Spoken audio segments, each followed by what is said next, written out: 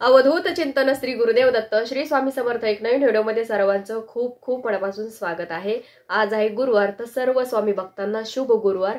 तर बघा, खूप दिवसाची आपण ज्या दिवसाची आपण वाट बघत होतो खूप दिवसांनी, तर उद्या तो दिवस आलेला आहे।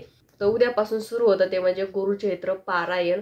बघा म्हणजे मला सांगायलाच इतका आनंद होतो ना, कारण खरंच म्हणजे हे जे दिवस आहेत ना, खरंच आपण म्हणतो पण सेवेसाठी खूप महत्त्वाचे हे दिवस आहेत। जितकं काही लुटून घ्यायचं आहे तितकं आपण लुटून घ्यायचा प्रयत्न करायचा। तर बघा, म्हणजे गुरुचरित्र पारायण आपण जर केलं ना, अनेक अनेक पापांचा आपला नाश होत असतो। बघा, माणूस जेव्हा जन्माला येतो ना, तो 72 दोष आणि अनेक असे ऋण तो घेऊन जन्माला येत असतो। त्याच्यामुळे आपण जरी म्हणतो ना की मी ह्या जन्मात मी हे नाही केलं, मी ते नाही केलं, मी हे पाप नाही केलं, मी असं नाही वागलो, मी कोणाचं मन नाही दुखवलं, तर माझ्यासोबत म्हणजे असं का होतं किंवा माझ्यासोबत वाईट कशाला होईल।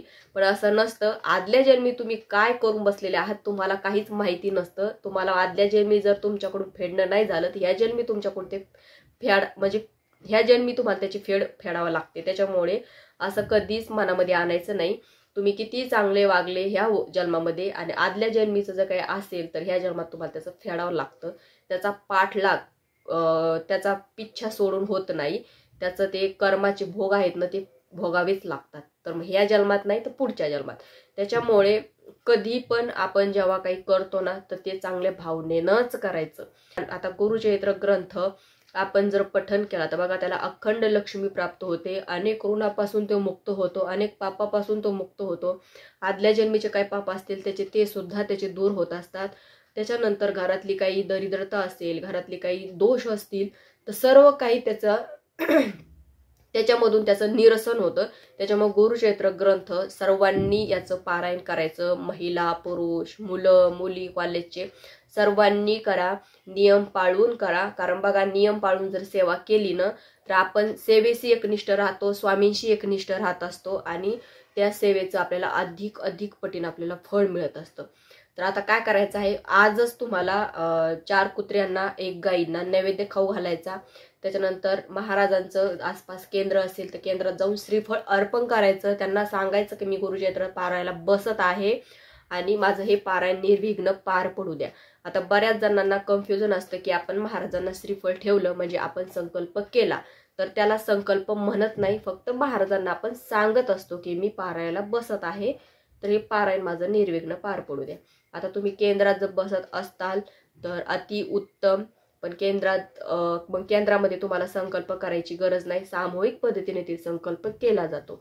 आणि घरी जर बसत असताल तर तुम्हाला तुमचा वेगळा संकल्प करावा लागेल। घरी संकल्प करून पारायण करा, त्याचे नियम अटी वगैरे सर्व पाळून त्याचे पारायण करा। मागच्या व्हिडिओमध्ये मी तुम्हाला पूर्ण त्याचे नियम, खाण्यापिण्याचे वगैरे सर्व सर्व काही तुम्हाला सांगितलेलं आहे। आणि कोणीही मनामध्ये किंतु परंतु करून पारायणाला बसू नका। बघा, पारायण करायचं आहे तुम्हाला तर मनात एकही शंका न आणायची। महाराजांवर, दत्त महाराजांवर सर्व सोपून द्यायचं आणि बिनधास्त पारायणाला बसायचं। कारण काय होतं ना की आपल्याला सांगणारे भरपूर असतात। आपण पण त्याच्यात वेळेच म्हणावं। आपण याला विचारतो, त्याला विचारतो, कोणाला कशाला विचारायचं। केंद्रात जायचं, सरळ तिथे जाऊन विचारा। तुम्ही एकाच माणसाला विचारा, काय तुम्हाला नियम त्याचे असतील, काय तुम्हाला तुमच्या मनात शंका असेल, एकाच माणसाला विचारा आणि तुमच्या शंकाचं निरसन करा आणि पारायणाला बसा। तुम्ही याला विचारता, त्याच्यानंतर त्याला विचारता, असं करून काय होतं की आपलं कन्फ्युजन होतं आणि मग सेवा आपल्याकडून होत नाही।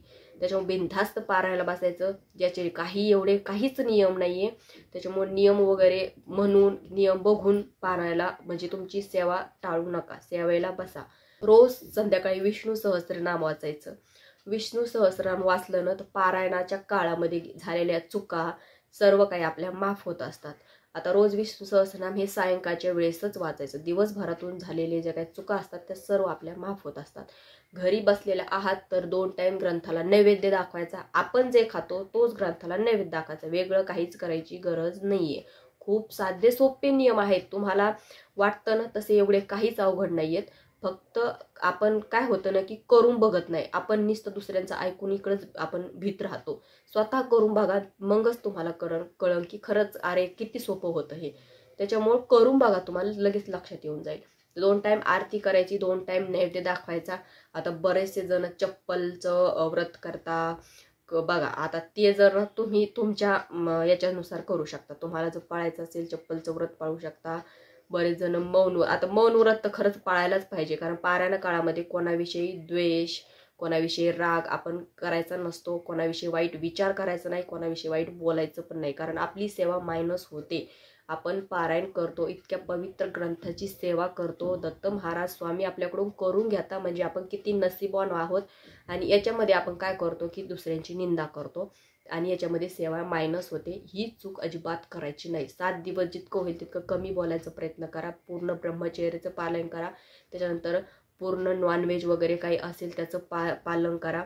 घरात कोणी खात असेल तर त्याला विनंती करा आणि 7 दिवस घरात आणू नका म्हणून, कारण तुम्ही करून देऊ नका आणि घरात सुद्धा इतरांना खाऊ देऊ. कारण काय होतं ना की सेवेमध्ये भंग होतो, सेवामध्ये आपल्याला, त्याच्यामुळे सेवामध्ये कोणत्याही डिस्टर्ब आपल्याला झालं नाही पाहिजे. 7 दिवस पूर्ण नियम पाळा. बघा 7 दिवस कसे जातील तुम्हाला कळणार पण नाही, इतके छान हे दिवस जातात.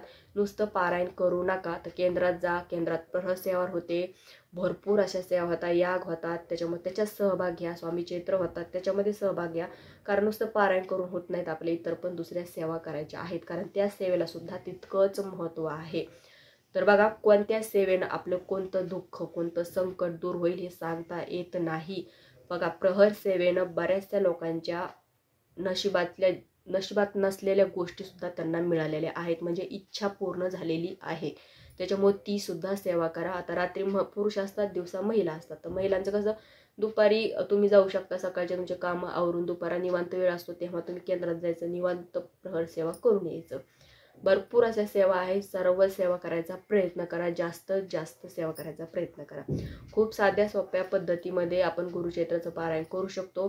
काही त्याला अटी तटी नाही आहेत, मनात कोणताही विशंका आणायची नाहीये आणि बिनधास्त स्वामींवर सोडून द्यायचं आणि पारायण करायचं. तर आय होप तुम्हाला कळायला असेल. तर आजच्या व्हिडिओमध्ये इतकंच. व्हिडिओ आवडला असेल लाईक करा, शेअर करा, चॅनलला सबस्क्राईब करायला विसरू नका. झालेली सेवा श्री स्वामी समर्थ महाराजांच्या परमपूज्य गुरु माऊलींच्या चरणी रुजू करते. श्री स्वामी समर्थ.